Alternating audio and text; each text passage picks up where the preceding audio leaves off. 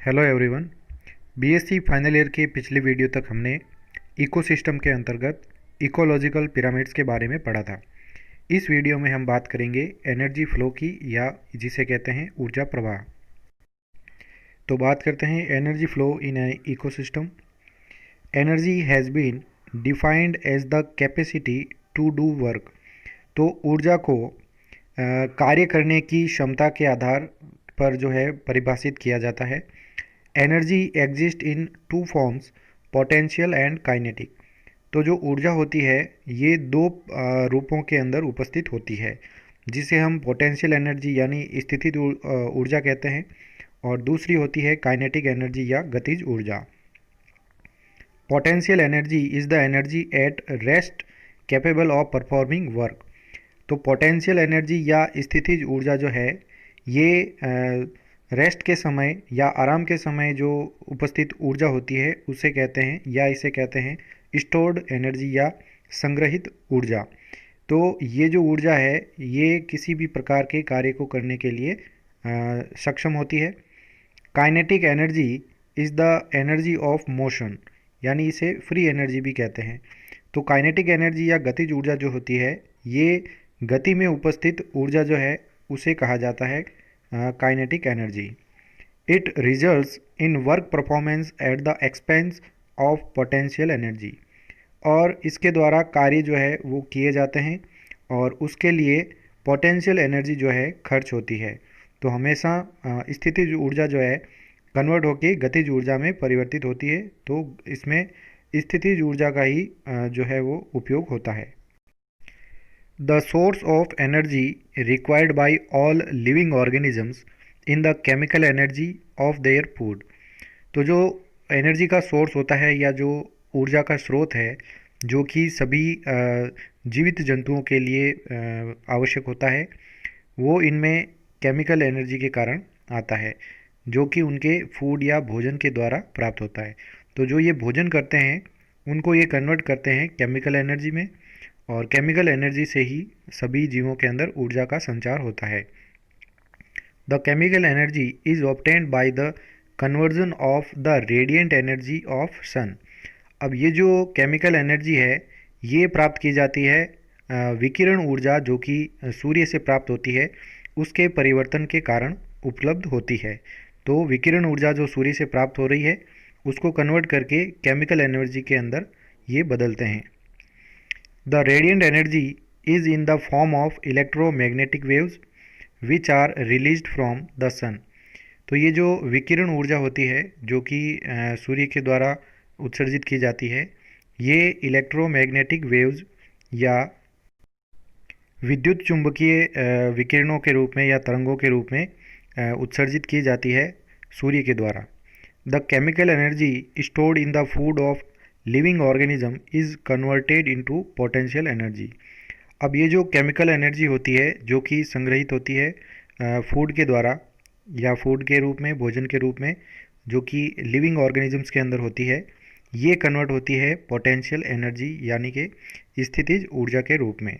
तो भोजन से प्राप्त जो केमिकल एनर्जी है, केमिकल एनर्जी जो है वो पोटेंशियल एनर्जी के अंदर कन्वर्ट होती है। In any ecosystem there should be unidirectional flow of energy। तो किसी भी पारितंत्र के अंदर हमेशा यूनिडायरेक्शनल फ्लो ही होता है एनर्जी का, यानी एनर्जी का केवल एक दिशीय प्रवाह होता है, यानी एक पोषक स्तर से दूसरे पोषक स्तर में ये ट्रांसफ़र होती है, लेकिन ये पुनः वापस उसी पोषक स्तर में कभी नहीं आती है। तो ये ट्रांसफरेबल नहीं होती है वापस। This energy flow is based on two important laws of thermodynamics which are as follows। तो ये जो ऊर्जा प्रवाह होता है ये ऊष्मा गतिकी के दो प्रमुख नियमों के आधार पर होता है, जो कि निम्न प्रकार है। पहला आता है इनमें the first law of thermodynamics, ऊष्मा गतिकी का प्रथम नियम, जिसे कहते हैं द लॉ ऑफ कंजर्वेशन या ऊर्जा संरक्षण का नियम। It states that the amount of energy in the universe is constant. तो इस नियम के अनुसार जितनी भी ऊर्जा है यूनिवर्स के अंदर, ये पूरी ऊर्जा जो है वो कांस्टेंट या स्थायी होती है या स्थिर रहती है। It may change from one form to another, ये हमेशा केवल एक रूप से दूसरे रूप में परिवर्तित हो सकती है। But it can neither be created nor destroyed, यानी कि ये कभी भी ऊर्जा उत्पन्न नहीं की जा सकती है, ना ही इसे नष्ट किया जा सकता है।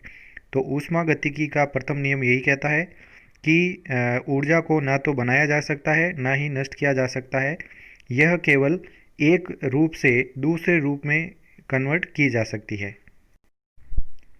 Light energy can be neither created nor destroyed as it pass through the atmosphere. तो प्रकाश ऊर्जा जो है ये भी नष्ट नहीं की जा सकती है ना ही बनाई जा सकती है। जब ये एटमॉस्फेयर के अंदर से गुजरती है तो ये नष्ट नहीं होती है ना ही नई बनती है।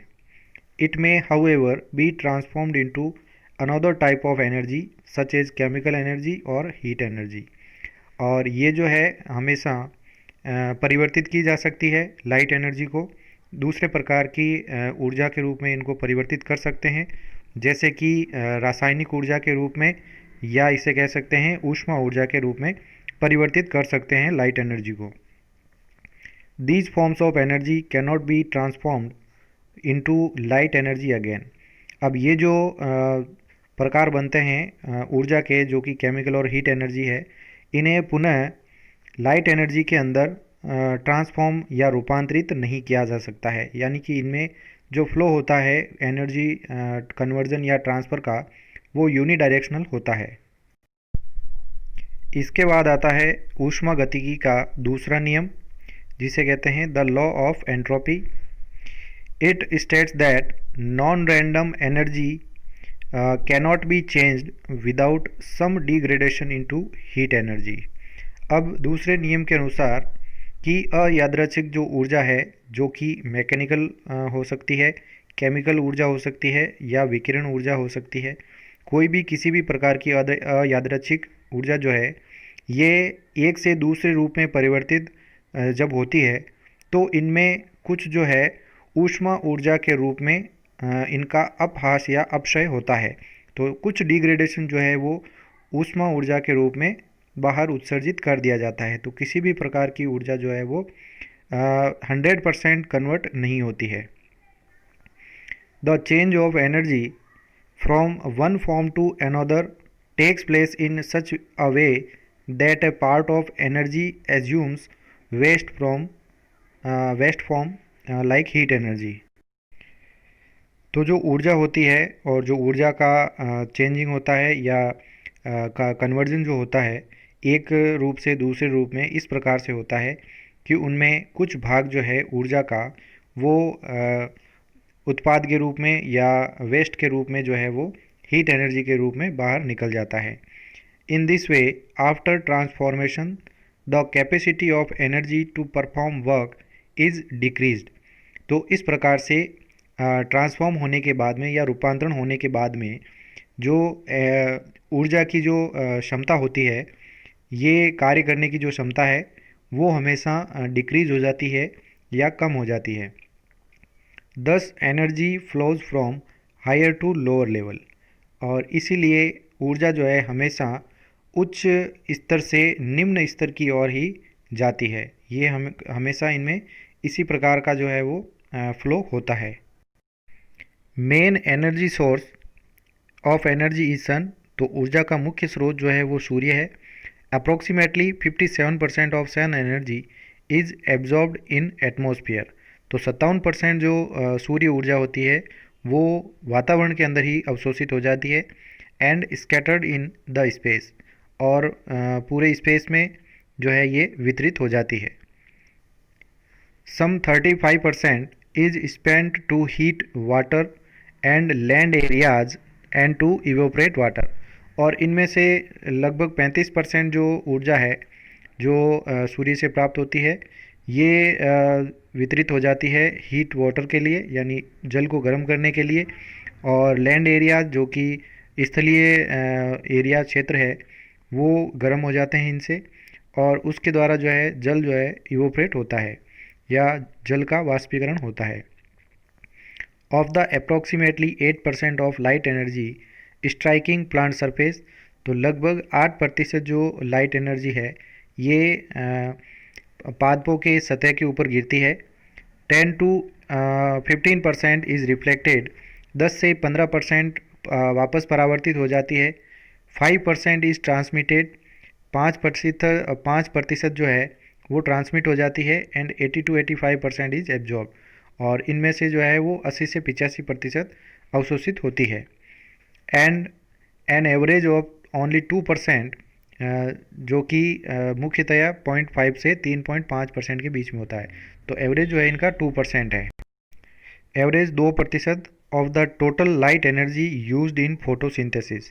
तो लगभग औसत रूप से 2% जो ऊर्जा होती है लाइट एनर्जी, ये प्रकाश संश्लेषण के अंदर काम आती है।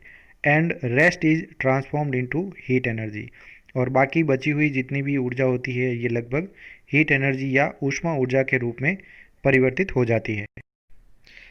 तो अब बात करते हैं energy flow process in ecosystem. Ecosystem में होने वाले ऊर्जा प्रवाह के प्रक्रिया के बारे में। Energy flow in an ecosystem was firstly studies by Lindeman in 1942। तो प्रथम बार एनर्जी फ्लो या ऊर्जा प्रवाह इकोसिस्टम के अंदर सबसे पहले लिंडेमान ने 1942 में इसका अध्ययन किया था। Organisms that can fix radiant energy utilizing inorganic substances to produce organic molecules are called autotrophs। तो इस प्रकार के जो जीव जो विकिरण ऊर्जा को उपयोग लेते हैं और उनके साथ में अकार्बनिक उत्पादों को या सब्सटेंसेस को उपयोग में लेके ऑर्गेनिक मटेरियल्स बनाते हैं या कार्बनिक अणु बनाते हैं, उन्हें हम ऑटोट्रॉप्स या स्वपोषी कहते हैं। यानी इनके अंतर्गत सभी पेड़ पौधे जो है जिनके अंदर फोटोसिंथेसिस होता है वे सभी आते हैं। Organisms that can not obtain energy from abiotic source, यानी ऐसे जीव जो अपनी ऊर्जा की प्राप्ति जो है अजैविक कारकों से नहीं कर सकते हैं, but depend on energy rich organic molecules synthesized by autotrophs are called heterotrophs. और ये जो जीव होते हैं जो अपना भोजन नहीं बना सकते, ये डिपेंड होते हैं ऑर्गेनिक मॉलिक्यूल्स के ऊपर जिनमें अत्यधिक ऊर्जा उपस्थित होती है। और ये जो मॉलिक्यूल्स होते हैं कार्बनिक अणु, ये संश्लेषित होते हैं स्वपोषी जीवों के द्वारा। तो ऐसे जीवों को हम हेटेरोट्रॉप्स या विषमपोषी कहते हैं। तो प्लांट्स के ऊपर निर्भर रहने वाले जितने भी कंज्यूमर्स आते हैं वो सभी हेटेरोट्रॉप्स के अंतर्गत आते हैं। Those which obtain energy from living organisms are called consumers। तो ऐसे जंतु जो ऊर्जा की प्राप्ति जीवित जीवों के द्वारा प्राप्त करते हैं उन्हें कंज्यूमर्स या उपभोक्ता कहते हैं। And those which obtain energy from the dead organisms are called decomposers. और ऐसे जीव जो मृत जीवों के द्वारा अपनी जो एनर्जी है या ऊर्जा है प्राप्त करते हैं, इन्हें हम डीकम्पोजर्स या अपघटक कहते हैं। इसके बाद आता है रूल, एक नियम आता है जो कि इकोसिस्टम के अंदर बहुत ही ज़्यादा महत्वपूर्ण है। इसे कहते हैं रूल ऑफ इकोलॉजिकल टाइथ, या इसे कहते हैं द लॉ ऑफ 10%, पारिस्थितिकी दक्षांश का नियम या 10% का नियम इसे कहा जाता है। इट वाज गिवन बाय स्लोबोडकिन इन 1968। तो स्लोबोडकिन ने ये दक्षांश का नियम दिया था। This law states that in A food chain during energy transfer, यानी इस नियम के अनुसार एक खाद्य श्रृंखला के अंदर ऊर्जा के स्थानांतरण के दौरान approximately only 10% energy is transferred to next trophic level. तो इस नियम के अनुसार केवल 10% जो ऊर्जा होती है, यही ऊर्जा 10% ही केवल अगले पोषक स्तर के अंदर ट्रांसफ़र की जाती है। And stored bye those animal, और उन एनिमल्स के द्वारा केवल 10% एनर्जी ही स्टोर की जाती है। Residual 90% energy is wasted in the form of heat.